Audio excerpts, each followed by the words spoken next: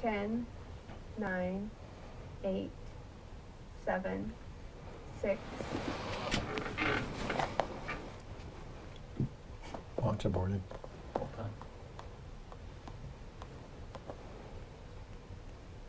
We're doing the pre-roll. Where's camera 2? Where's camera 2? I don't have camera 2.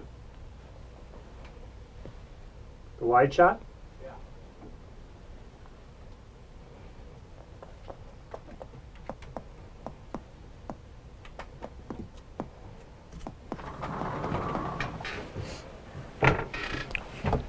I'm going to try to have correct posture the whole time. Me too.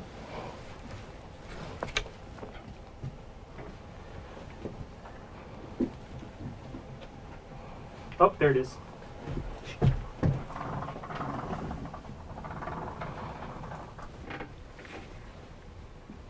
And we're live. Go. Hello, and welcome to F5's Guru panel on Heartbleed. My name is Preston Hogue, Director of Marketing Security Architectures for F5, and we're very happy to have you here with an excellent panel who I'll introduce just in a moment. I want to take an opportunity to really talk about the threat landscape that we're currently facing and what's really introduced us into this situation that we're facing with the Heartbleed vulnerability. As an example, if you look at it, the webification of applications has changed over the last several years, where there's over 700 million web applications that exist on the internet. With that change of webification of applications, it has introduced many, many new risks. And we are starting to see what a large impact that can have on the overall environment based on something such as Heartbleed. And so today we really want to have a discussion overall on Heartbleed, on SSL, and the maturity of SSL and where it's headed. If you look at things such as HTTP 2.0, SSL will be everywhere. And what happens when we start to see this type of vulnerability and the impact that it will have once we actually have that fully rolled out. So I'm going to go ahead and introduce the panel to you, and then we'll dive right into the conversation. So I first want to introduce Jeff Koslow. Hi, Jeff Koslow. I manage the product development platform security team, and we're all about securing the platform of Big IP and all the traffic that can pass through it. Thanks, Jeff. And David Holmes. Hi, I'm David Holmes. I'm a technical marketing manager for F5. I was also one of the SSL developers for 10 years at F5, and I spent thousands of hours mired in OpenSSL gore. SSL is something I'm still passionate about today, and I'm excited to be able to talk about it on a panel with some of my good friends. Thanks, David. And last but definitely not least, Matt Duarte. I'm Matt Duarte. I'm F5's lead security engineer. So I work primarily on the offensive side and dealing with what our responses are. So I break them, Jeff fixes them. And then I talk about it on camera. Awesome. So you can see we brought together a really sophisticated overall group to be able to talk about the topic. And we're going to go ahead and dive right in. In the reality of the situation, we want to make sure that everyone on the overall session right now, first of all, understands Heartbleed. So Jeff, can you go ahead and kick this off and give us a high-level explanation of the Heartbleed vulnerability? Yes. So the Heartbleed vulnerability is an attack where a malicious actor sends a heartbeat request. Heartbeat requests are normal. They are intended to show the server is still alive. They were built for DTLS, but that's not important here. What's important is that these messages come in, and then the server responds with what should be the same amount of information going back to the client to say, yes, I'm alive, I've repeated to you what you asked for. The flaw in OpenSSL is that more memory can be sent than was actually requested. And that's why we're leaking important information such as keys or user passwords, or we'll talk about that, but important information can be leaked. Not we're leaking, but... the information does get leaked, yes, from the OpenSSL server. So the message is in the client heartbeat. The client sends a heartbeat request. The server responds with the large message. And that's what happens in this attack. So it sounds like it really opens up a significant risk here. David, can you kind of expand? I mean, we talked about the potential of exposed passwords, exposed keys. What is the impact as a result of that? Sure. So I was in New Zealand just about to get on a plane a couple of days ago when Heartbleed first came out, and I saw all the Twitters about it, and I'm like, what is this Heartbleed thing? And I went and I looked at it, and the scope of it was just breathtaking. Not to call for the end of the world or anything, but the severity of it really is breathtaking. It's a way to simply ask the server, give me the contents of your heap, and don't tell anybody that we're doing this. It's quite amazing. So because it's a way to ask a server what's in the contents of your memory right now, there could be all kinds of high value collateral, like an SSL private key, obviously being the highest value possible collateral. And initially people thought, well, hopefully you won't be able to get a private key out, but unfortunately it turns out that's been true for the vulnerable servers. You can get a private key out, and then of course once you have the private key, you can then decrypt all of the SSL transactions, or if you've been recording SSL transactions for the last 3 years, you'd be able to decrypt all of those and then see all the usernames and passwords. It's the sort of the keys to the kingdom being opened all over the internet at the same time. Wow, pretty impactful. So Matt, can you expand a little bit on the breadth of types of devices that this really impacts? Well, since the flaw is in the OpenSSL library, any device that uses OpenSSL, and that's true in both the client and server situations, this is one of the most popular libraries for doing SSL out there. It's the standard, it's what everybody implements, and it's one of the more advanced ones out there. One of the interesting things about OpenSSL is you'll often see them pick up the standards very quickly and work through. When heartbeats were introduced, OpenSSL got them in there, and yet we don't see them used that much in, say, browsers, things like that. So there's this feature that's out there that's used in lots of different devices because of the way it's licensed and its availability. Also, there's quite a bit of literature about how to use it. When you look at some of the other SL libraries, there's not as much documentation for a developer to say, this is how you use it. There's OpenSSL, there's tons of example code you can look at.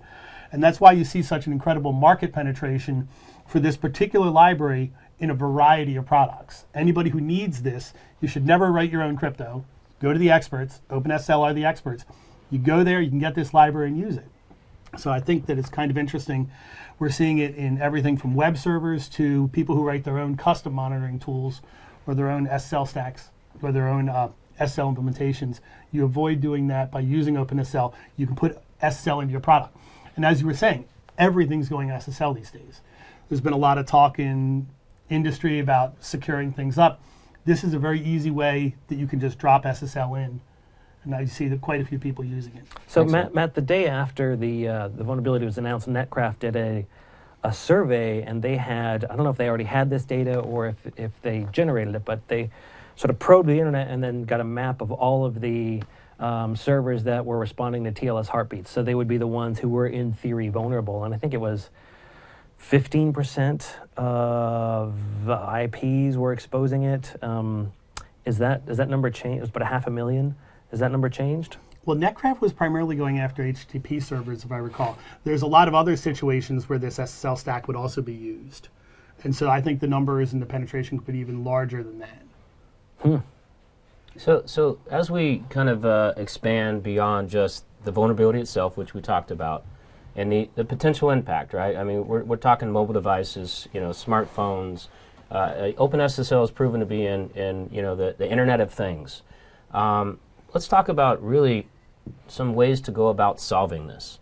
And I think we can all look at, F5 as an example. We're in a very strategic place in the network. Something that we've been doing over the last several years is really articulating the placement of technology and how important that is, being in front of the application, and being that the first one that delivers to that app or the last one that delivers to that app and the first one that receives back. So that strategic point of control, I think, is vital. But in addition to that, I really want to open up the conversation and want to talk about some of the programmability. And Jeff, I know you were one of the first, or actually the first iRole that was released, on DevCentral. Can you kind of expand the programmability and really how surgical that we can be comparative to other types of solutions that exist on the market? Right. So as soon as we saw the flaw, we knew that we had to fix a few limited releases. We'll talk about that in a little bit. A few limited releases. So we got to starting on that. And then the next thing that we did was we said, well, we have this programmability that you just mentioned, and we can actually write an iRule to block the malicious heartbeat requests. And so shortly after the attack went public, we had an iRule and we posted it, and it had the ability to stop the malicious heartbeat requests coming in. Do you have to have the iRule to be protected? You do not need to have the iRule to be protected if you are terminating SSL traffic. The iRule was written specifically for when you are not terminating SSL traffic. Right. But that's more of a corner case. I think the attach rate for SSL on big IPs is something like 90%. Basically, almost everybody that I talk to who is running LTM is terminating SSL at the LTM, right? It's just something we do. I proudly say this, something we do better than anybody else. So that's typically where people are terminating their SSL. It makes sense to do it in a single place, and because of the capacity of the device. So right after the Heartbleed incident happened, I started getting texts from our biggest customers saying, "Is my site at risk? Because obviously, I'm behind a big IP. Am I at risk?" And so that's where I think I texted you and asked if we were at risk. Yes. And that's a very good point. And that's the thing about the programmability Okay. is, we're able to cover more than just ourselves. Even if you've not chosen to go with us for SSL termination, we can still provide protection and give you time to patch your backend servers. The other thing about the programmability is, while we put out an initial iRule, we've actually looked at the situation and we've refined that iRule. With the DevCentral community has helped us with this, and we've looked at what fits better for our customers' needs. And one of the challenges for me is when another company pushes out their fix, it's often down in their code, you can't see it. And with the way we do it, you can take the iRule that we provide, you can customize it for your own use, for your own site if you have special needs, and it still gives you that protection. It's much more flexible.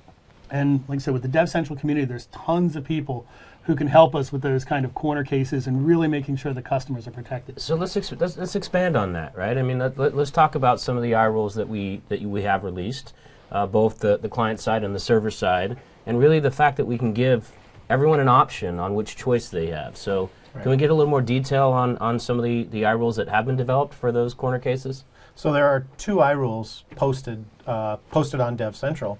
The first one is what we talked about. We can block if you're not terminating SSL, and we know that's a relatively small portion of our customers. We can block that request coming in.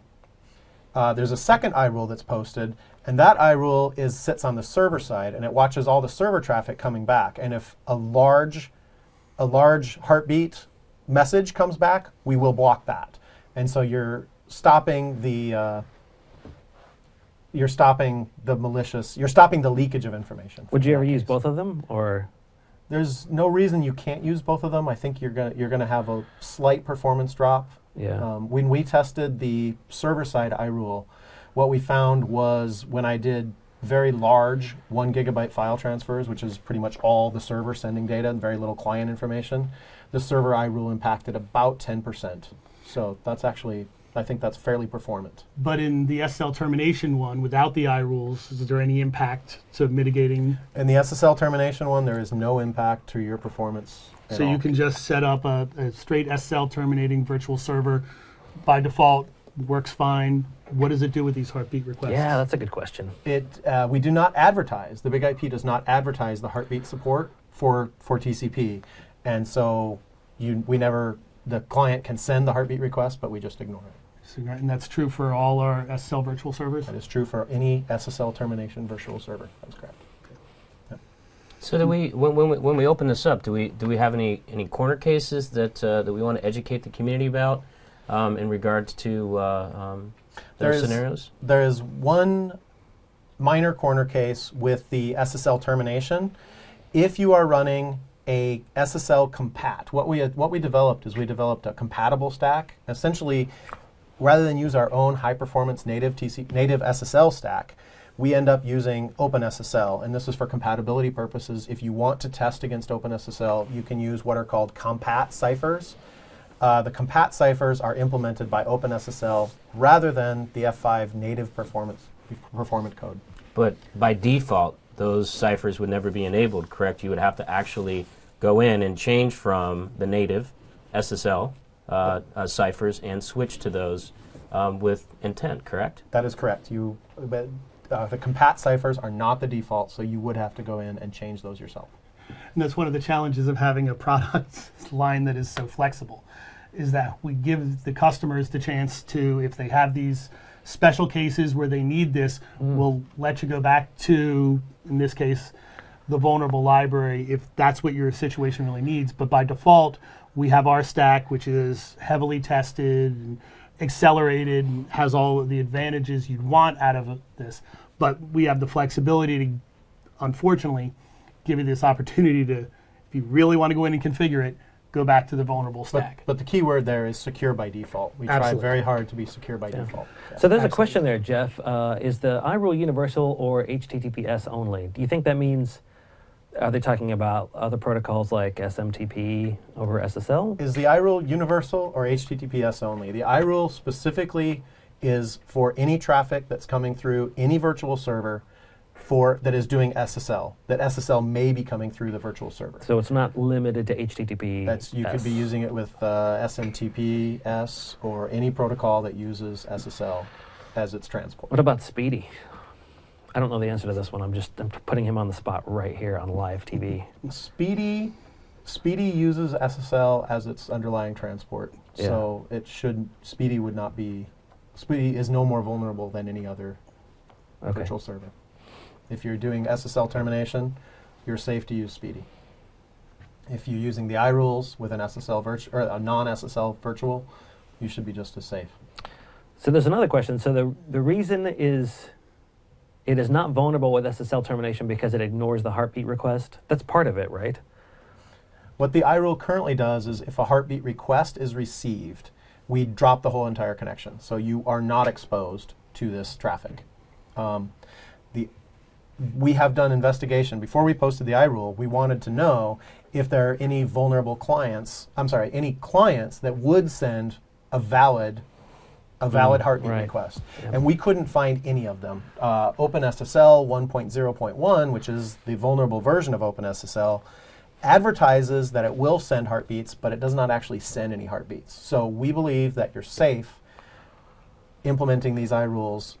Now, if you do have clients that send a heartbeat request over TCP, then you may use the server-side iRule, which is the second one we talked about. Oh, right. And that will block any large heartbeat responses coming out. It will drop the request. So as well as log. If we take a step logging, back, I think is important. if we take a step back here, and we there's individuals that are different stages with understanding Heartbleed. What are some of the first steps that someone should take to truly understand whether they're vulnerable or not? Oh, that's a great question. We were getting so technical there for a second. That was awesome. I'm like, wow. And I got some stuff I'm saving from that last conversation. Don't let me forget. But how can you tell if you're vulnerable? That's a great question. There's a lot of Heartbleed check sites out there. We don't officially endorse one. I believe Ivan Ristik's SSL Labs. They have in general, they have a really cool site where they'll scan, you put in your domain, and it'll scan your certificates and your implementation of SSL, and then give you a grade based on how secure it is. For example, are you implementing perfect forward secrecy or strict HTTP? And then it'll give you a grade. And they added whether or not you're vulnerable to Heartbleed. So I guess on a personal level, if I were to recommend one, I would say go to SSL Labs and look at use their scanner. However, if you need to scan a whole network really fast, like you're at work and this happens all the time, is you work for a big company, people will spin up a whole new network somewhere in the world that you own, but you don't actually know about. Penetration testers know this. Anyway, as you find those, scan them using, I would say, the Nmap scanner, because Nmap has a Heartbleed script that you can download. They've actually released 2 scripts into their network. So you can use Nmap to discover HTTPS servers or SSL servers in general, and then you can tell it to run these two scripts. One of them looks at what the extensions for SSL are being advertised out, which is a good one to see whether or not you're even advertising Heartbleed. Then there's a second script that is specifically looking for the Heartbleed vulnerability. So you would run your Nmap with the -- scripts, and these two scripts that are available from the Nmap guys, they're in the repository now. And that's really probably the easiest way to do it if you have a bulk scan you want to do. And obviously, anytime you're doing scanning, you want to make sure that you're scanning your own sites. You don't scan other people's sites. Other people's sites. There are Kids lots at of home. signatures out there where you're seeing tons of stuff on the mailing list where people are saying, I'm constantly being scanned for Heartbleed. Yeah, you don't want to do that. You scan your own sites, take care of your own stuff, don't go scanning other people with it. But I like the Nmap, and yes, there's a whole variety of scripts that are available for testing it specifically. Thank you, Matt. So before we dive into some additional questions that we got going on here, we've talked about now how to identify the vulnerability, and of course we have already been talking about the SSL profile versus an iRule. Now that we've identified the vulnerability, what is the best solution to take forward? I mean, obviously, David, you had mentioned the fact that really the majority of the customers have enabled SSL. For those customers that don't, do we recommend a short-time implementation of an iRule and then a migration over to the SSL?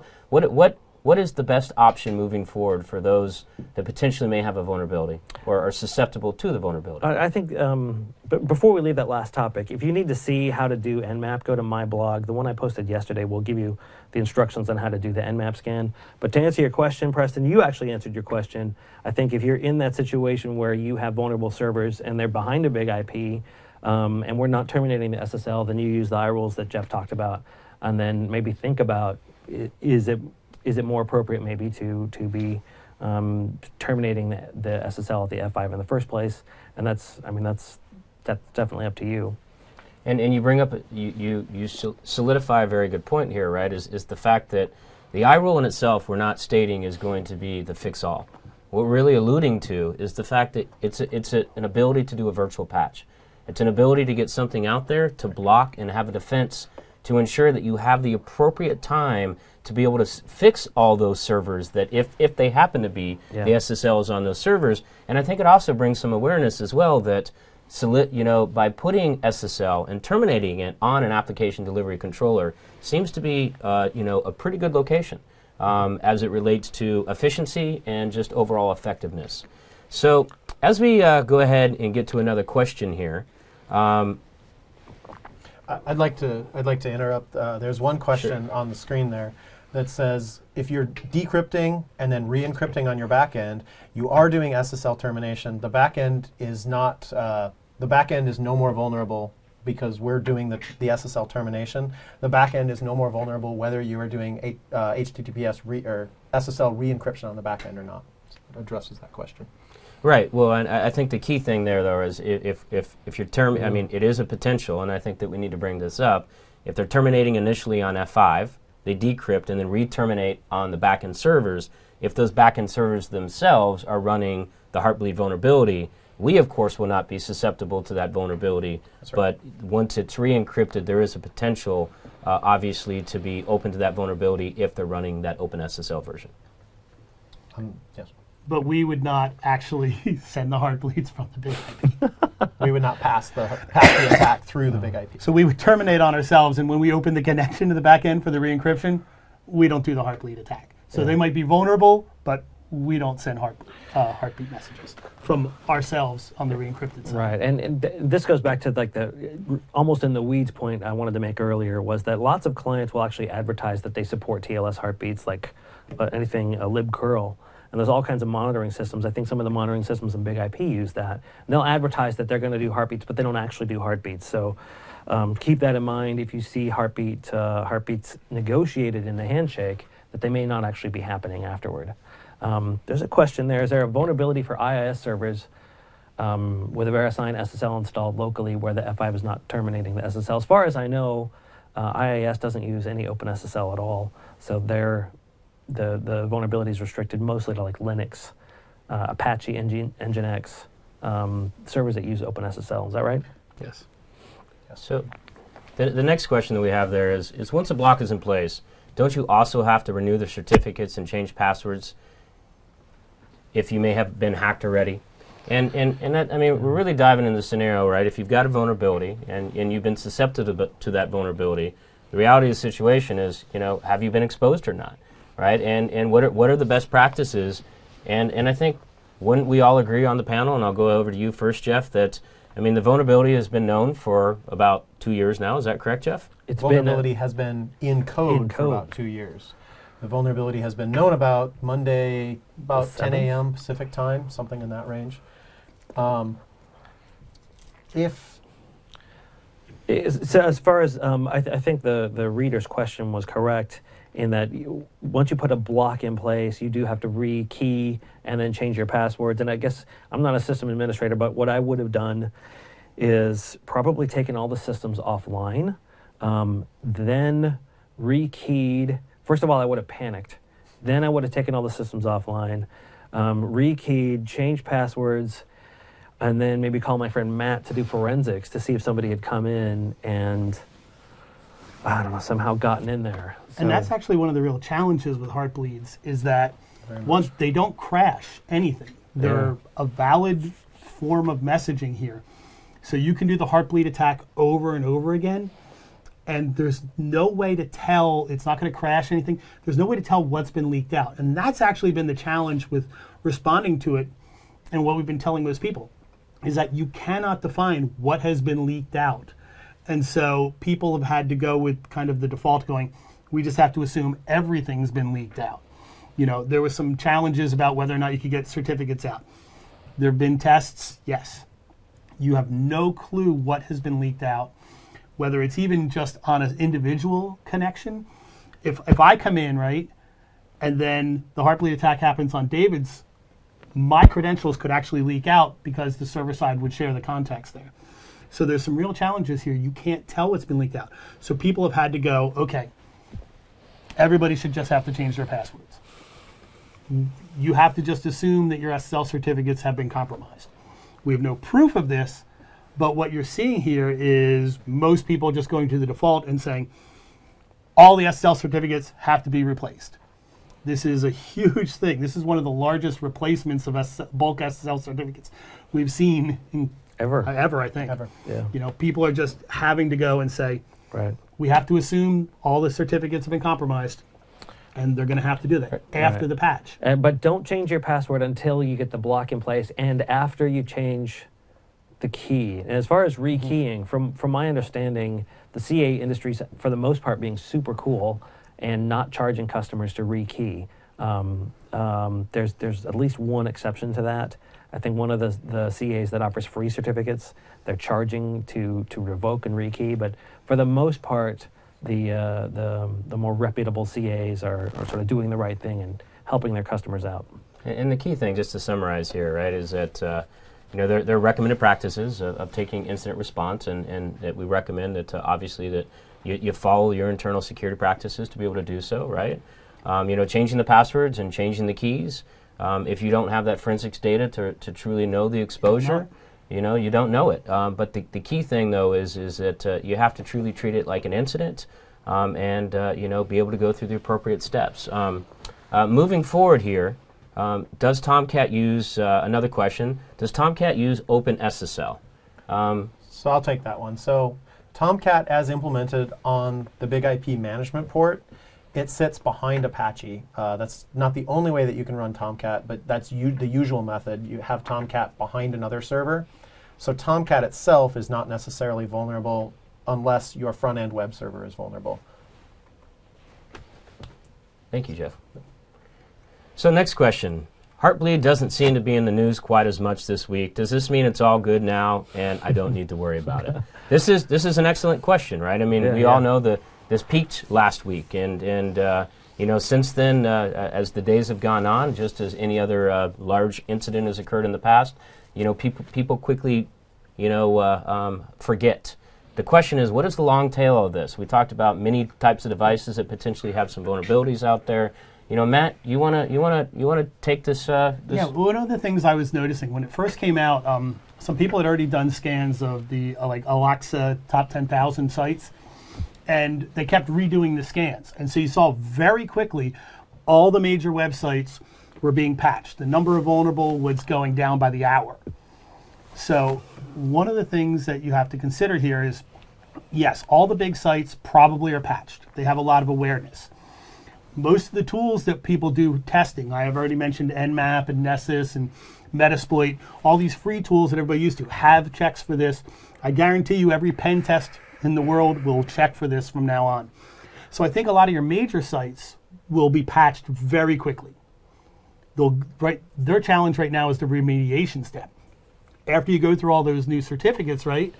Well, that means all the old certificates are revoked, and now you have these massive revocation lists that have to be dealt with. But we can talk about that later. We'll talk about it if somebody brings it up. Yeah, let's go back to this.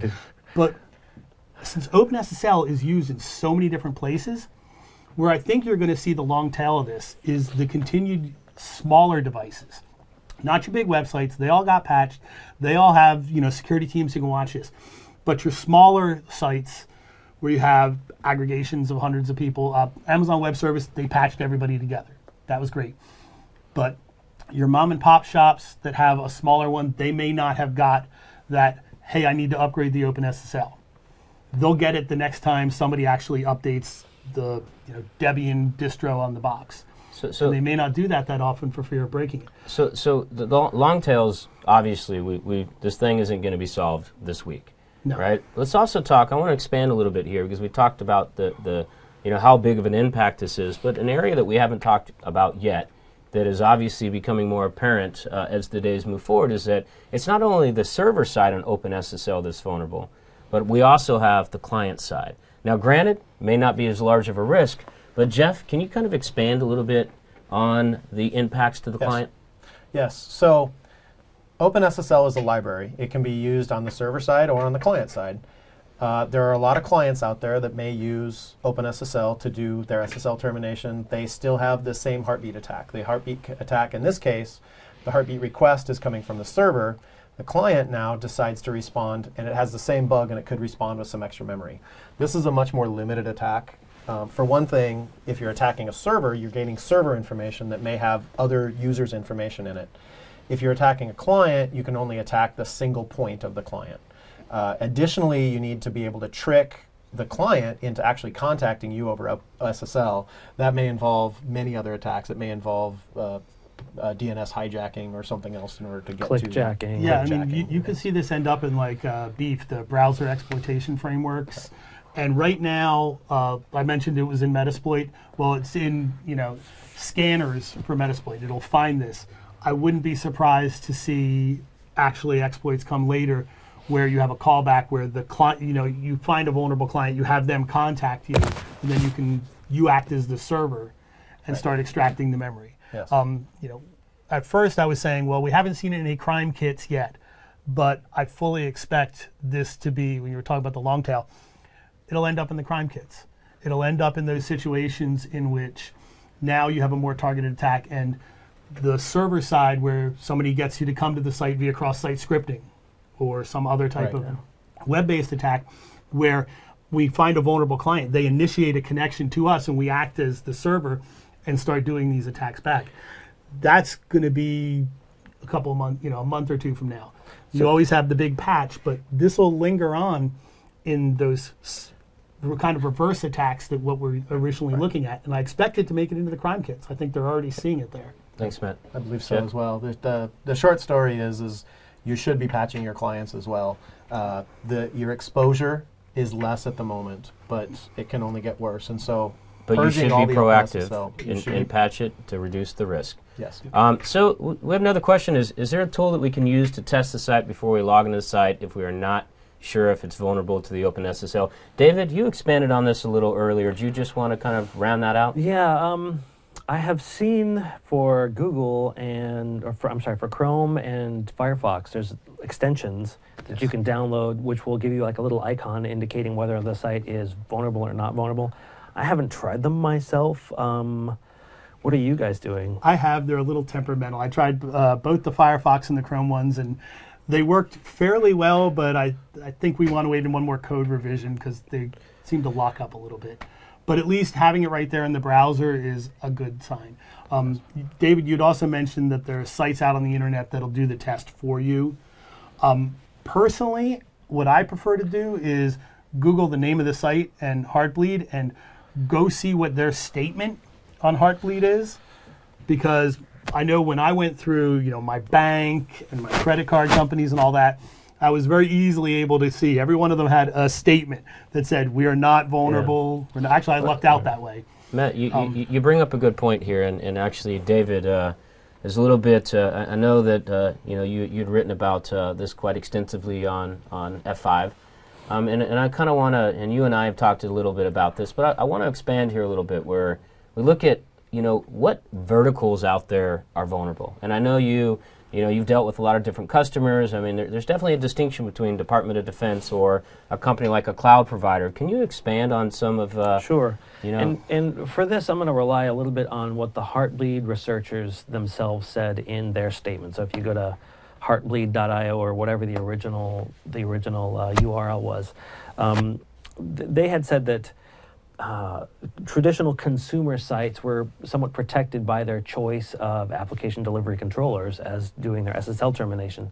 And then it was the much more at-risk the profile of a customer might be somebody using the latest and greatest Linux distribution, maybe even in the cloud. So extrapolating just a little bit, I would think that if you have some kind of cloud or private cloud, the vulnerability risks there are probably higher.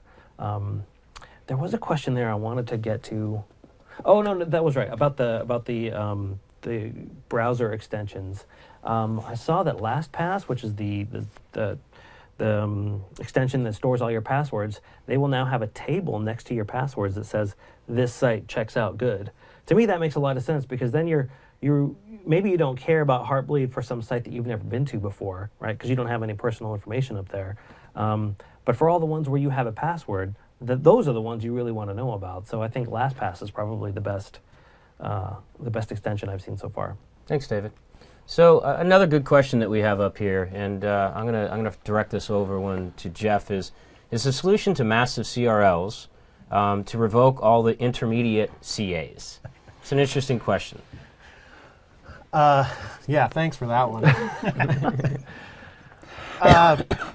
Yeah, Jeff, how about it? So the problem is the question doesn't say this, but the problem is we've got all these new certificates, keys and certificates that we don't trust any longer. And so we need to revoke those. So now we've got a problem because the CAs have what are called certificate revocation lists. And these lists, all of a sudden, it was just in the news the other day that Global Signs in particular grew quite large. And because they properly revoked. Because they properly revoked all their certificates. And that's what should be happening. Yeah. So there's a problem in that CRLs are growing longer and longer, and some clients maybe, or servers might even have a problem with these large certificate revocation lists. There are some technologies that we are looking into. OCSP is one that's actually pretty interesting. There's a really interesting technology that I don't think we'll have time to go into here today called OCSP stapling.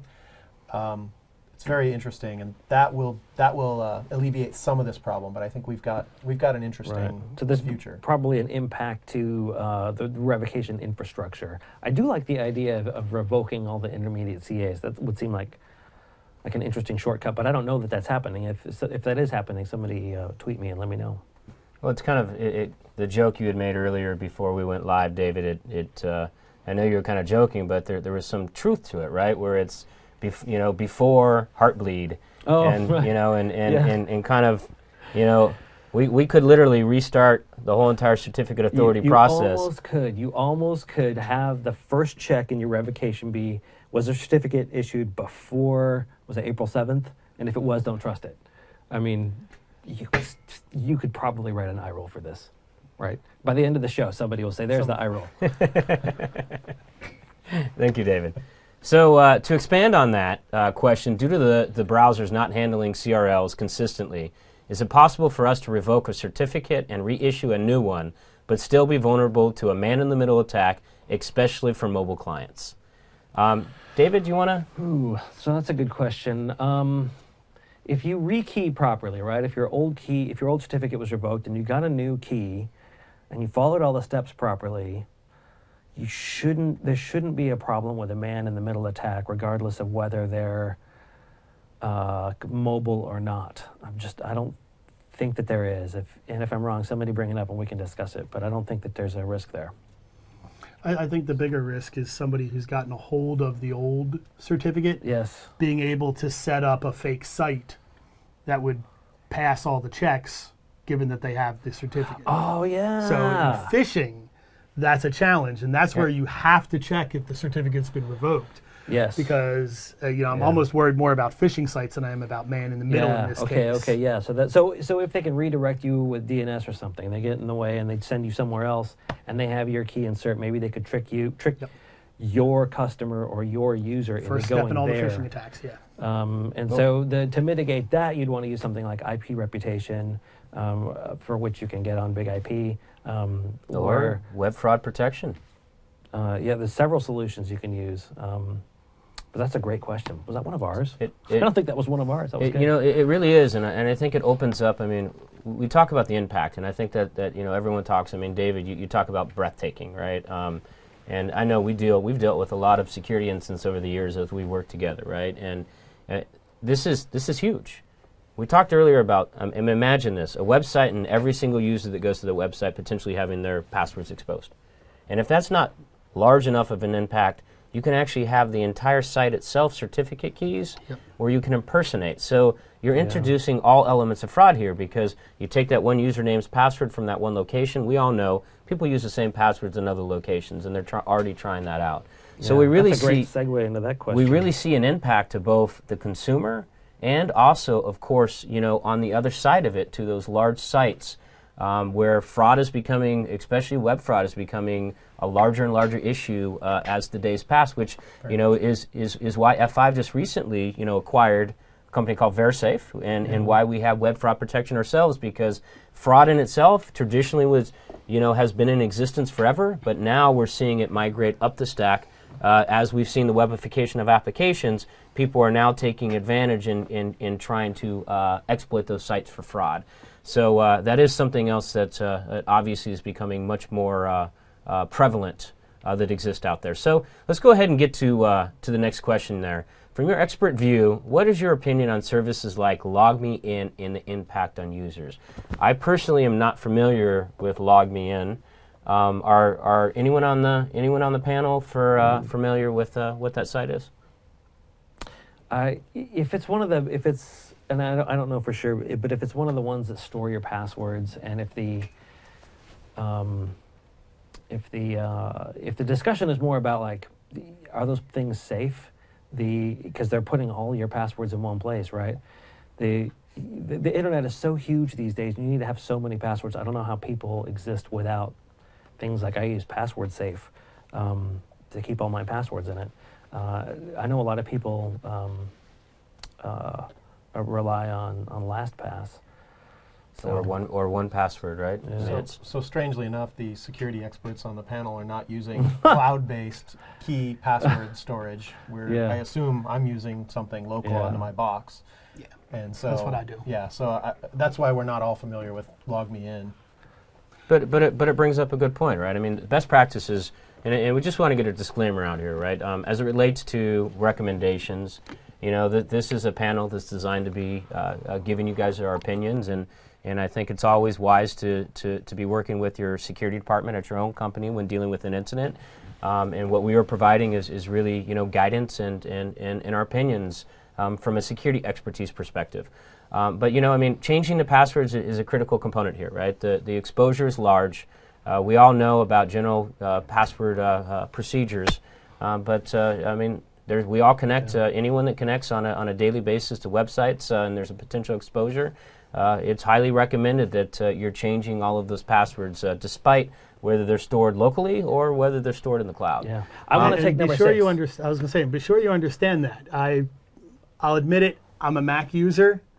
And if you're not careful, your keychain will sync out to iCloud even though you think it's local to your box, it does sync out to backup. That is true. And so you might have a site that you don't need to change the password for, they didn't use OpenSSL, they're perfectly safe, but if your keychain leaked, somehow you'd get that. And you want to have unique passwords everywhere and all the standard stuff that whatever your corporate wants you to use. Absolutely. But yeah, there's a lot of challenges out there because you've got to also think of backup solutions for that same thing. If you're using an online backup service, you better make sure they're secure on this stuff too.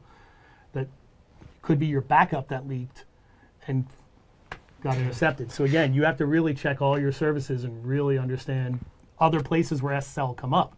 Not just the websites, but your backup service. Go check with them and make sure their secure backup didn't use OpenSSL also. Thank you, Matt. Or VPNs. And I want to take that lots of top stuff. one. Chrome appears not to check revocation by default as a speed improvement.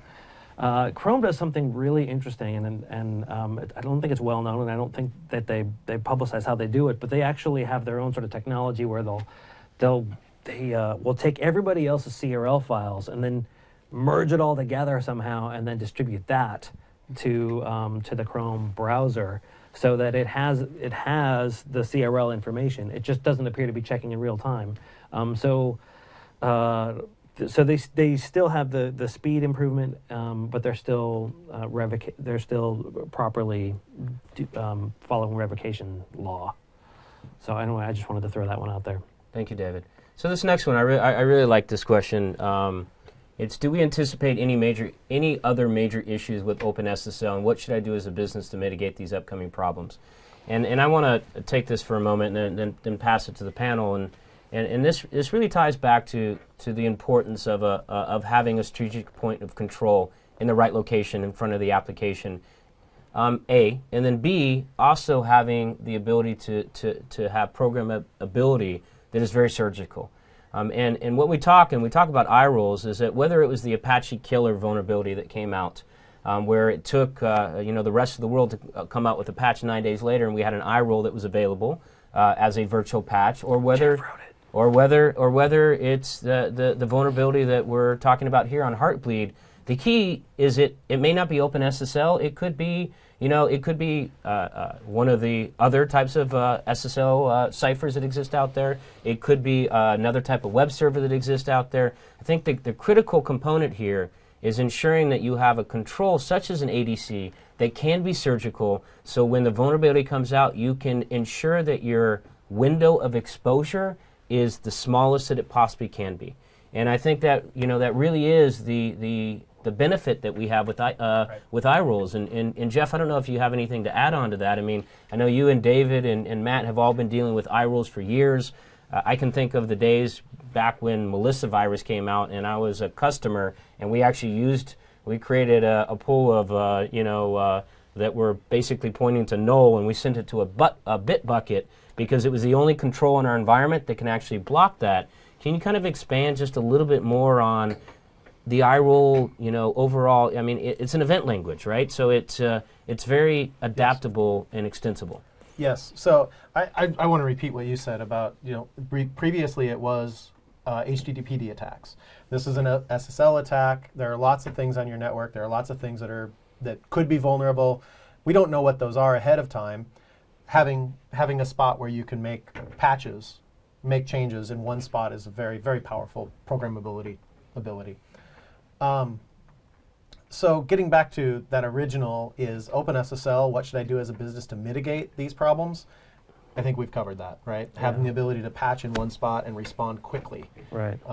As far as anticipating other major issues with OpenSSL, like I said, I've spent thousands of hours in it, and OpenSSL is legendary for how difficult it is to work with it. I absolutely expect more and more problems. Somebody had speculated that if a nation state had been sitting auditing the code, they may have hundreds of exploits similar to Heartbleed in their pockets. It's not beyond the realm of possibility that might happen. It's just the code is super complicated, and you have multiple people adding to it all the time, and they are a group that deserves some kind of extra help, some more funding from groups or even other I don't know, NGOs or something. Actually, people are working on that. In the case of OpenSSL, there are a lot of people who actually, there's an online one right now where people are saying, like they did with TrueCrypt, we would like to get some professionals to look at this and audit the code. They did that with TrueCrypt. I know there's at least one online where people are trying, they consider it such a vital library. And so something, Matt, something I want to get here, because there was a point that David was making, and just OpenSSL in general, is that in your paper, David, you had mentioned the fact of our native code and some details about it of why we aren't vulnerable. And like moving forward, the path forward that we're looking at here is that, explain the difference between our SSL stack and the OpenSSL stack. And David, I'd like you to first take this, and then Matt, if you can kind of pick up from there, because I think this is this is very fundamental point that I think that everyone should know, because this is avoidable. Yeah, and at the same time, I'll answer the question number 8, which is, hey, I have the compat cipher and it's vulnerable. What can I do to mitigate the risk? It's interesting that there's at least one person running the compat cipher. The reason that exists is because we long ago sort of gave up on using OpenSSL in our native code path, because mostly because it didn't do the kind of things we needed. We needed something super high performance, really, really bleeding edge stuff, and that's why we rewrote SSL from the ground up, and we're full proxy for TCP, HTTP, and now for SSL because of the way we did that. We are RFC compliant, obviously, with our SSL stack, but every now and then there'll be some weird little thing that doesn't quite work right, usually because of the way OpenSSL does it. As a matter of fact, I think I was reading that OpenSSL itself doesn't implement TLS heartbeats in a perfectly compliant way. So that's the kind of case where somebody might have been using the compat cipher in the first place. So how is this person going to mitigate it? I would say reevaluate exactly why you're using the compat cipher. Is it because you have to talk to some weird OpenSSL thing that we can't handle for you? And reevaluate that. And David, if it's the case, can they use the I rule and still use the compact ciphers? Oh, that's a great question. Which I'm gonna give to Jeff. I have not tested that scenario, but I believe that's correct, because as you mentioned earlier, the way iRules work is they are events that happen in the flow of a TCP connection. And so the events will fire just like regular, and it should stop the attack. Awesome. Yes. And the first question I've, of course, asked that person is what version of our software they're running.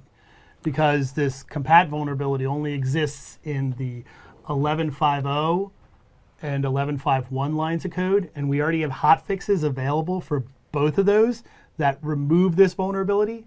So that's an excellent point, Matt. Yeah, if you're on those, put the hotfixes on, and you can really keep doing it. You're One fine. more question I want to ask shut you, your system Matt. down, put the hotfixes on, get new certificates, change your passwords, and then have a drink. Repeat and rinse.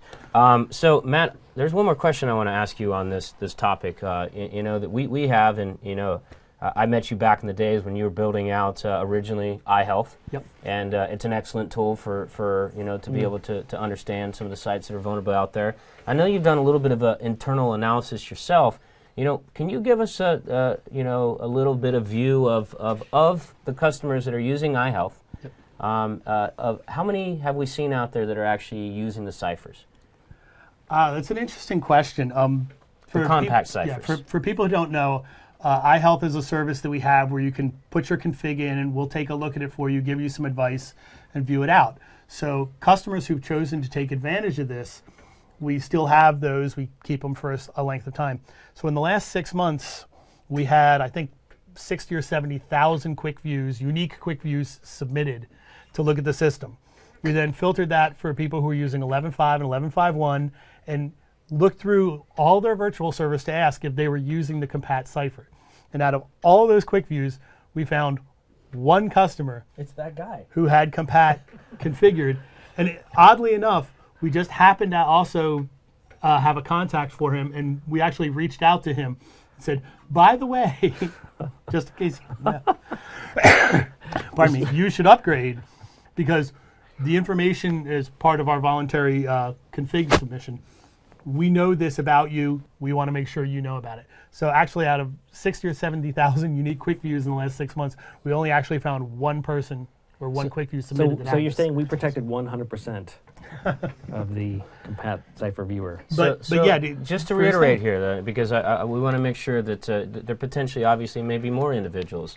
You know, is if there's a need and they have to run the compat ciphers for whatever reason that may be, we know that they have an iRule option, right? If they don't have a business requirement or a technical requirement, our recommendation is to remove the ciphers and go with the native F5 ciphers. Is that correct, Jeff? Yep. That's correct. And if you're on 11.5, 11.5.1, and you really feel you need to do this, another very good point, thank you, Matt, to reinforce is that the only version on the compat ciphers is 11.5 and 11.5, or 11.5.1. Yeah, That's okay. correct. Yeah. Awesome. Thank you. I want to say one more thing about iHealth.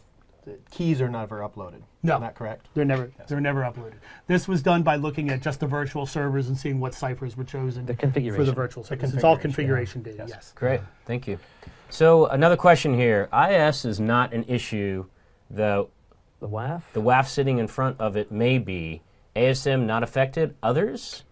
So, David, do you wanna take this one here? Our WAF won't be affected. Our web application firewall, ASM, is not affected. It relies on LTM to do the SSL termination. I know there are WAFs in the cloud on CDNs, and those CDNs have had problems with Heartbleed. So there may be a vulnerability there. Nothing we can really do for them. What's the next one? For Big IP 11.4.1 hotfix 3, this is a Jeff question. Is it necessary to apply the iRule to protect the system? Going back again, if you are doing SSL termination on 11.4.1 hotfix 3, you do not need to apply this iRule to protect the system. The attacks will not go through the SSL termination on 11.4.1, even if you're using the compat ciphers, right? Yep. Because compat is implemented via OpenSSL, and that is not vulnerable in 11.4.1. If you are not doing SSL termination and doing an SSL virtual server, then the attacks will go through the big IP and go to the backend servers. If your backend servers are vulnerable, you need to patch those or use the iRule. Thank you, Jeff. All right, next question is, my company keeps its OpenSSL up to date, but just wondering if any suggestions are being made on how to automate this fix. So I guess when we're talking there, are we talking about automating the Yeah. In general, it's a good idea to keep things up to date. Heartbleed was it's almost a reverse problem where you were too up to date. I don't know about that. 2 years is an awful long time to not upgrade. I don't know. The advice we give Yes, is usually absolutely. try to Stay stay up to date, and I think that advice still stands. Absolutely. This is somewhat anomalous, right? This is a very large issue. I think one of the things that we have to be thankful for is some people have not updated. The first things I thought about were at my home router and some of the home gear that I have, and some of those embedded systems have not upgraded to the OpenSSL 101 series. So they may not be vulnerable, but it's worth it to test. Yeah. We've given a couple tools, the Nmap. I know Qualys has the ability to check these things. So I guess if you wanted to automate your response to Heartbleed, just in case it happens again, just remember everything you did this time and script it. So actually, can we scroll back to that last question, because that's an excellent 9 there. That's an excellent question there. I used the big IP to do simple layer 4 load balancing to a pool of HTTP servers. What solutions does F5 have to help protect against Heartbleed? Jeff? It's the iRule. That's it. We have that iRule. We have the programmability of an iRule and the event to look for this. Yeah, so go to DevCentral and search for the Heartbleed iRule. Or you can go to www.f5.com as well, and we have plenty of information available there that will direct you to the iRules that are available. Next question. Where you mitigate Heartbleed matters, it happens 1 at the client, or 2 on the request, or 3 on the response. Why does F5 recommend mitigation on the request? Oh, that's a good one. Why would you choose the on request I rule, the client I rule, versus the server I rule? That is a good one. And this is really going back to the Lori McVitie article that's also on f5.com or on DevCentral. And we talk about the different types of I rules and the recommendations on each. And Jeff, I know since you've worked with both, there's pluses and minuses to each implementation. There are. So the client one stops the request from coming in and ever getting towards your backend servers at all. The good thing about that one is that, generally speaking, the client has a little bit less traffic, so there's a little bit less information for the iRule to look at to detect this attack. The second iRule is on the server side, and it watches for server responses that are larger than they should be. And then those get dropped right away. In our testing, we did some performance testing, and the server iRule dropped, I said, about 10%. So we believe both of them are viable iRules. They're going to be performant in your situation. You should test them. The client one is what we've been preferring because we have not seen any valid clients that actually send heartbeat requests. Yeah, we haven't had anybody who implemented the iRule and it broke their system. Right. Simple as that. Dropping the requests in, and I think this was mentioned briefly, you have to understand that the heartbeats were not really meant for the kind of SSL that's used in HTTPS and all that. It's in the protocol, it's there, but yeah, we've had lots of people implement this iRule and it hasn't broken anybody yet. It's better to mitigate as early as possible, and on the request seems the best way to do it. And that's, David, I'd like to actually have you elaborate on that a little bit, because I mean, we talk a lot about being surgical and the programmability about this, and with F5 we look at the client and we look at the server response. It would be my assumption that if as Jeff had described about this vulnerability in the beginning, that all of a sudden I can pull back server keys or I can pull back passwords. So isn't it, and Matt, you just mentioned this, isn't it best to actually stop it on the initial request, because even when you do the reply, at that point in time you've already pulled that information back from the server? I mean, no, well, boy, that's an interesting. I hadn't considered. I think it's more of a performance thing or an architectural thing why you would choose one over the other. But I anticipate that there shouldn't be that many people putting the iRule out there. Honestly, that's going to be less than 10% of the people, right? Because of the SSL termination attach rate is so high. One thought I had this whole thing is the insider attack threat surface, right? If you're worried about insiders getting onto your network now, again, there's a lot of literature out there about how to build networks and possibly having your servers protected and not available for just anyone to get on there. But if you're worried about the insider attack, then you use the client-side iRule. The server never has the ability to ever respond with that because we block it right away. So we got a question here from someone on Twitter. So some people rely on two-factor authentication for mitigating Heartbleed credential theft, but they don't consider that session hijacking is still vulnerable. What ideas and suggestions would you give to these users on how they can implement a more robust security solution?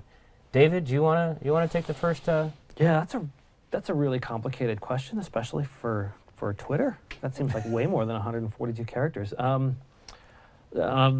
So yes, you could use two-factor authentication as a way to protect your credentials, but as far as session hijacking, I think what they're maybe referring to is, suppose that some malicious actor had recorded all of your SSL sessions and then kept them for some time, and then when Heartbleed came out, they snuck in there, grabbed the private key, and now they're going to decrypt all of those. And then to be able to see whatever information you had in there. They'd have your password. Maybe they wouldn't have your key fob, but they would see what the information you'd been sending back and forth were. Maybe bank account numbers or other personally identifiable information. The solution for that is something called perfect forward secrecy, which is implemented by, and I don't think we have a checkbox for this, but it's by choosing a specific set of ciphers that will basically do a second handshake to make it so that each session is sort of safe from this particular case where somebody gets the key after the fact. So that you bring up an excellent point, David. Yeah. PFS, Jeff, what Where's the So- checkbox? Where's the checkbox? So the checkbox for perfect forward secrecy is changing your ciphers. We talked about this. We talked about this compat ciphers that we have. We also have the ability to change your ciphers. Specifically, we call them client ciphers because they're the ones that the clients see. There's a solution that I'm not able to give you the number for right now, but if you were to search the solutions for client ciphers, you can figure out how to use them. What you want to use is you want to use the Diffie-Hellman ciphers. Diffie-Hellman, the way it works mathematically, is it does not allow. The way the math works is that I've never wanted to the describe key- Diffie-Hellman Yeah, on live TV. right. The short answer is you want to use the Diffie-Hellman ciphers, and then they give you perfect forward secrecy. Perfect forward secrecy, just to define it, is if your key ever does leak, and this is Your what we're private here key. to talk about. If your private key ever does leak, anybody who has recorded all this, we've skirted around this issue, but anybody who has recorded all of your traffic, they can now not decrypt all of that traffic with the key that has been leaked. So when was PFS available in F5 products? I believe PFS was available in 11.4. Yeah, I think so. I think that's correct. Yeah. Awesome. Thank you, Jeff. Interesting technology. I'm a big fan of perfect forward secrecy myself. Great. Yeah, I never, when it first came out, I was like, what? Who's ever going to need that? Now look. Now Right. look. Yep.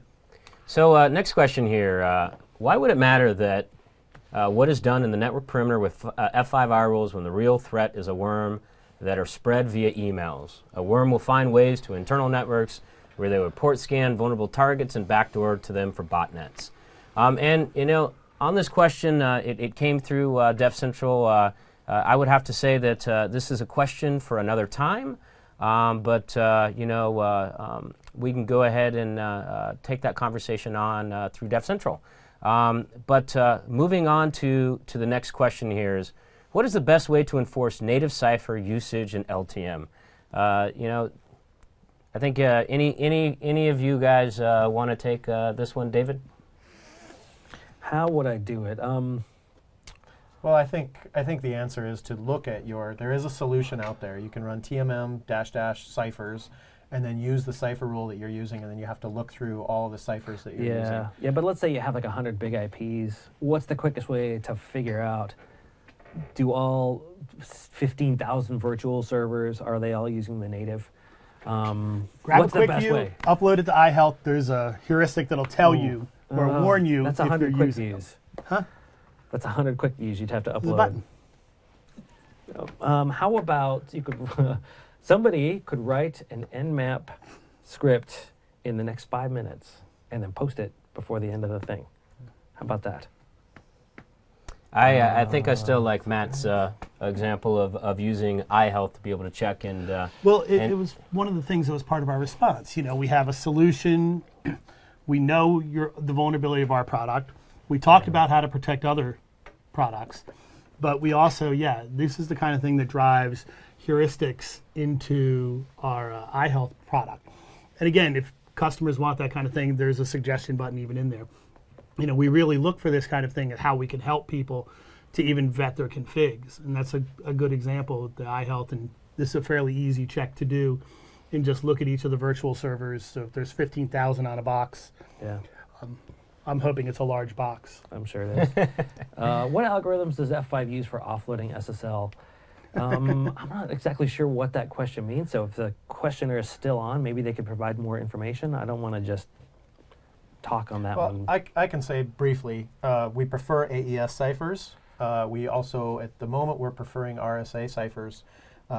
Elliptic curve and elliptic curve Diffie-Hellman is one of the next set of ciphers that's coming along, and we've talked a little bit about those, Yeah. and Yeah, I think that's where we're headed. The customers can tune what cipher set they want, but if you really want to take a look at what the default is and the order in which we'll prefer them, you should use the tools that are on the box. They'll Right. tell you exactly which ones we use and what the preferred order is. So, on a quick side topic on that, while F5, we talked about secure by default earlier. Yeah. So F5 has removed RC4 as a default cipher because of some of the latest attacks that have happened against RC4, and so we now prefer AES.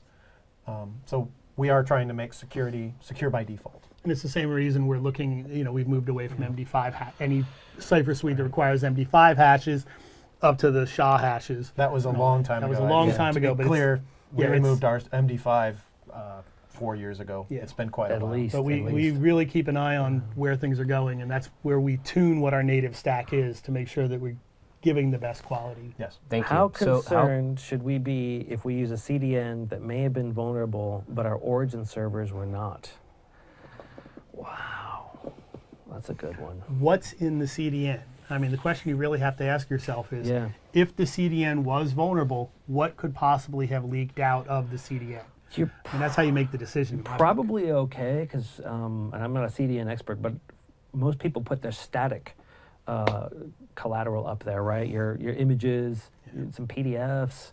It's not the dynamic. They do now have the ability to do some dynamic pages on your behalf, but most of you would think the high value collateral stuff will be back at your origin servers. There may still be a risk there. I'm just not sure how to quantify it. All right. The next question here, has anyone seen any performance issues with applying the Heartbleed eye rule on virtual servers? Jeff? So when we did our performance testing, we tested against, what I did was I created a gigabyte file and fetched that through the server side. There was about a 10% performance loss on the equipment that I was using.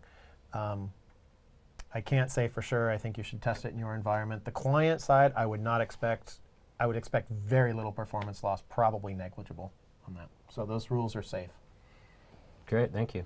So another question here. I'm on version 11.4.1, which I understand was not vulnerable, so I have not applied the eye rule. That's more of a statement. Well, you might still need the eye rule if you're doing layer 4 load balancing to a pool of HTTPS servers. I don't know how to tell you to know if you have that, but maybe look at your pools, see if any of them are sending traffic to port 443, and then that would be an indication that you may still need the eye rule, not to protect F5, but to protect those applications. Right.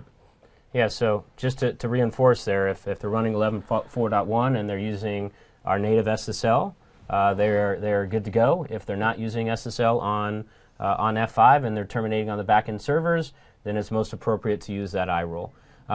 This next question is a good question.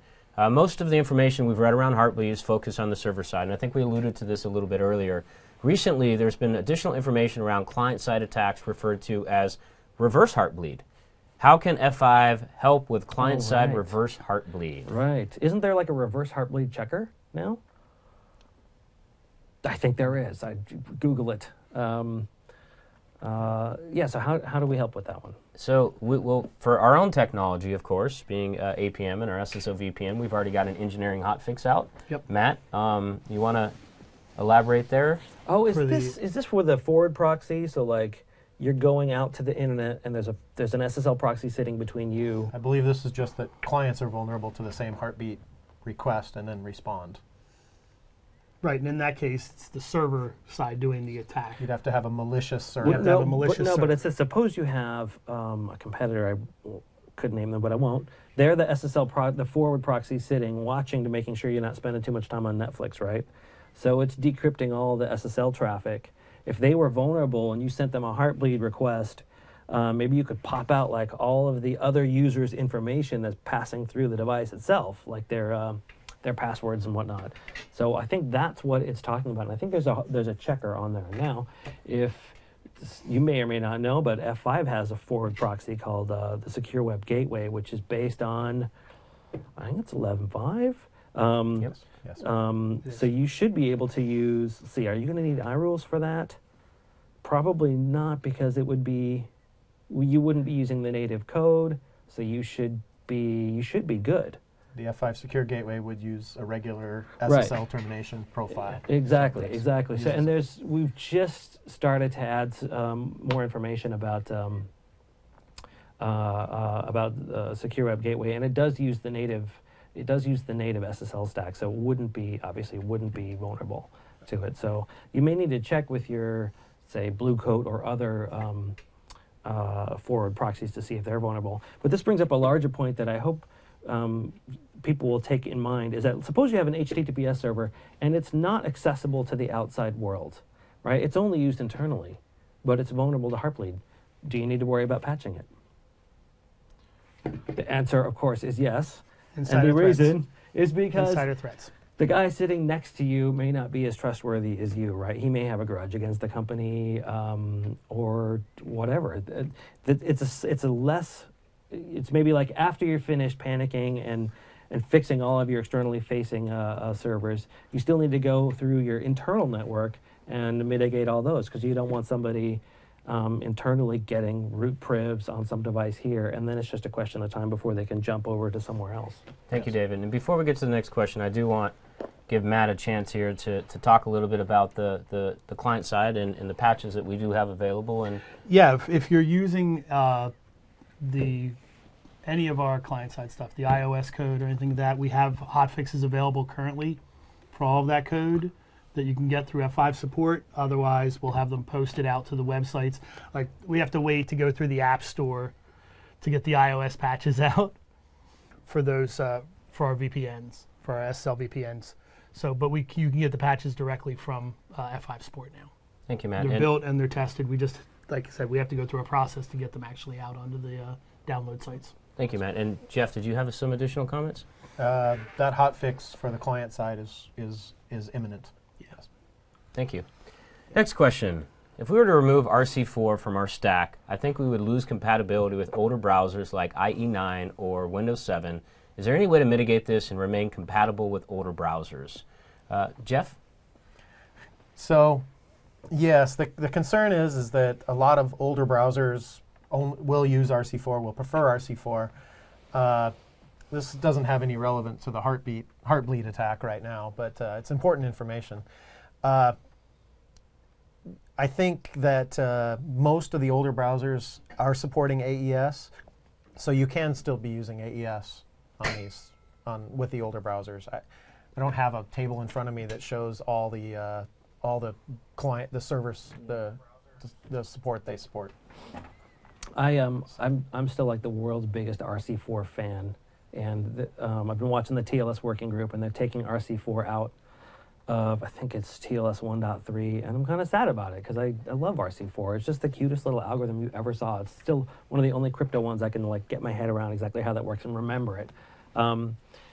And it's one of the few viable stream ciphers, right? Right. We've had problems with block ciphers, so Exactly, I RC4 is a hate stream block ciphers. cipher. I don't know. There's a couple. Dan Bernstein of Chicago has a couple of algorithms out there, but they're not in widespread adoption right Yeah, now. but it was stream just 2 years ago, not even 2 years ago, when AES had that problem. I can't remember if it was Beast or something, where we all had to switch back to RC4 temporarily. Remember, Google switched everything back over to RC4, so the world's busiest site and the world's most popular browser.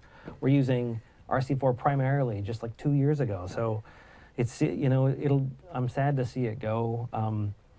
However, we haven't removed it yet. We recently made SSL version 3 not on by default, which is a tricky thing, which should have its own solution profile if you don't have it already.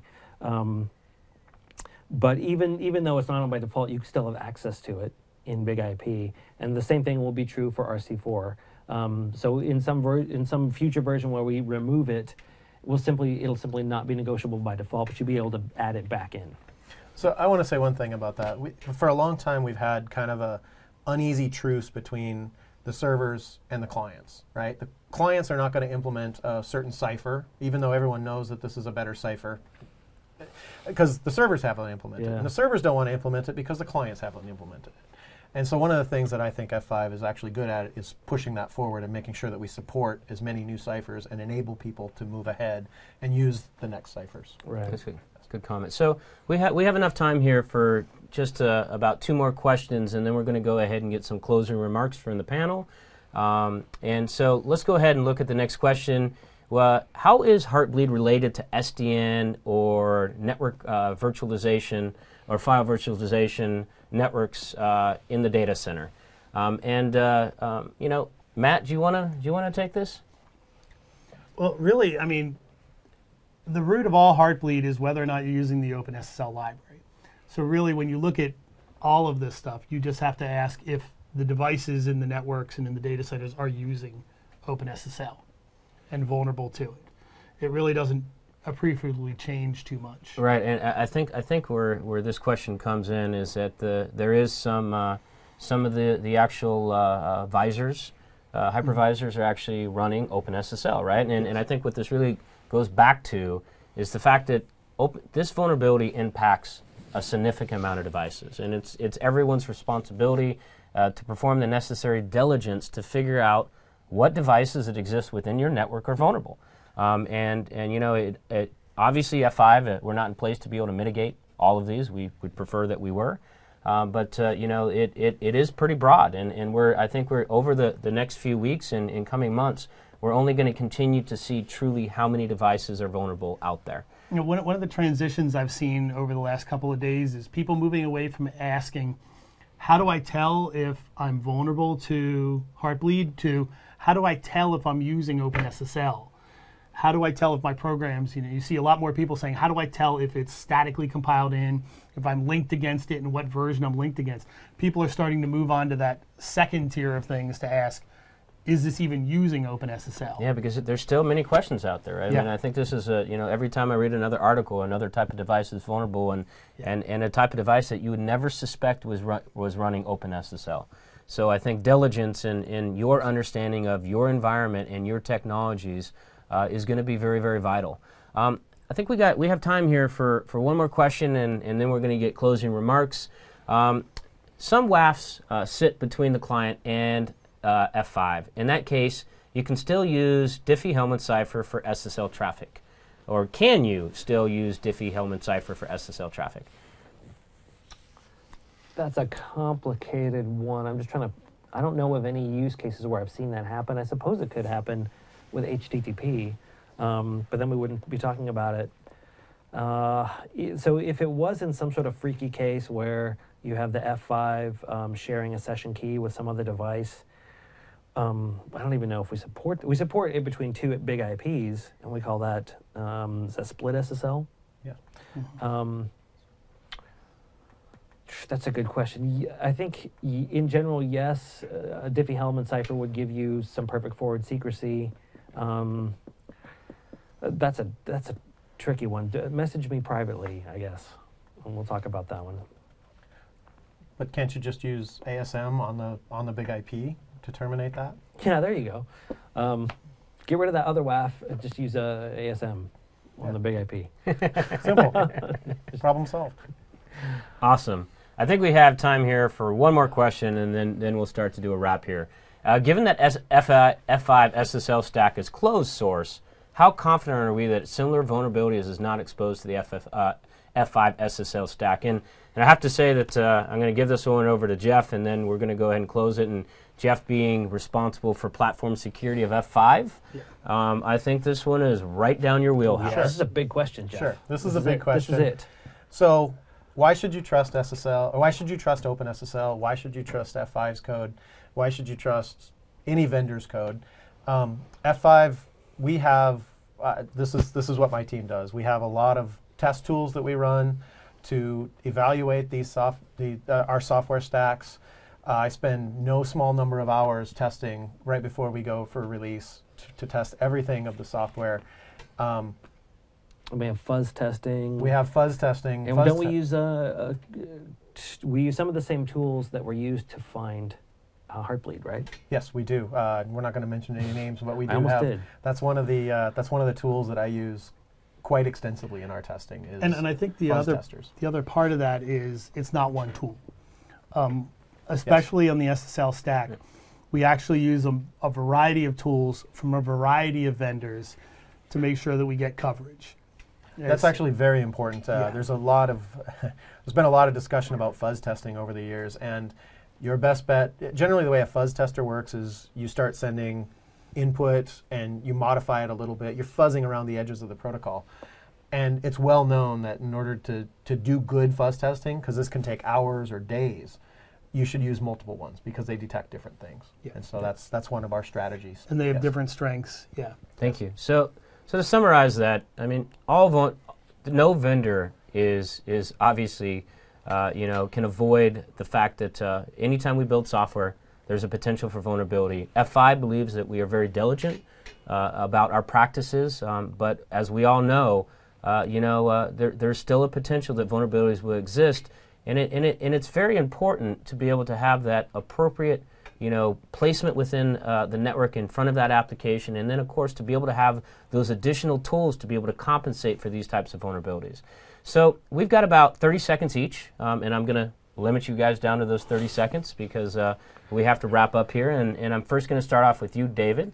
Let's go ahead and just summarize each of your own perspectives on, basically this vulnerability, and really on, what are the steps that that each one should be taking out there from a diligence perspective, ensuring that they're Right. mitigating the vulnerability. Sure. And I think that last question is a great question to end on. And one thing I want to point out is you can look back at F5, our history with security vulnerabilities, and even when it's been really, really hard to admit that there's been a problem, we have always done the right thing and gone public with, hey, there's a vulnerability, you need to fix it. And you can look back at our own history to see that we do the right thing even when it's really hard to do. In the case of Heartbleed, we had our own iRules and patches that we're putting out, but it's been so interesting to be able to say, because of the strategic point of control where we sit in the network and the programmability of iRules, here's the different ways that we can help you get through Heartbleed. So this has been a really fun panel. The time went by like that for me. Thank you, David. Matt? I think actually the most interesting thing for Heartbleed with me is the fact that people are starting to look at what are the critical elements of infrastructure for the internet. People are starting to say, OpenSSL is such a huge part of the internet and a million different people. Should it be audited more? Should we check it more? Should they be held to the kind of standards that we do with our own SSL stack, where we spend a lot of time and energy verifying it? And people are really starting to have that conversation again. How do you know something is secure? And I think you hit on it with the strategic points of control and having systems that you can trust, like the LTM and its SSL stack, in place and vetted and checked. We go through certifications, we do all these tests to prove that ours will be good, and we lucked out this time in that this particular vulnerability did not, affect us in terms of our SSL stack. It affected a lot of other people's stacks, but that's not to say the next one wouldn't be something that was missed. And you just have to respond quickly and really look at the stuff and check on it. And I mean, I appreciate that everybody's really gone out of their way to respond quickly here, but we really need to look at, if you want to protect critical infrastructure, you need systems that are tested and vetted. And a lot of people are starting to talk about that now. Thank you, Matt. Jeff? Okay. This has been a roller coaster over the last few weeks, the Heartbleed vulnerability and everything. In general, the way the internet responds to these things is patch it and then move on, as we're kind of seeing. There's not a lot of information out there anymore. One of the most important things I think that F5 can do is actually give you the ability to patch and move on fairly quickly. Yeah. Thank you. And to summarize here, we appreciate everyone showing up, and hopefully this has been educational for you. The way of the world, as we talked in the opening notes, is that our world is surrounded by our interactions with applications. And as we become more dependent upon them for our online banking needs, for just about every facet of our everyday lives, we see that when a vulnerability like this comes out, that it takes an entire village to really to provide the necessary solutions to this, and that involves the vendor community, the partner community, and customers. And F5, we are here to continue to bring you solutions to be able to solve these types of problems, and we appreciate the time, and thank you very much, and have a great weekend.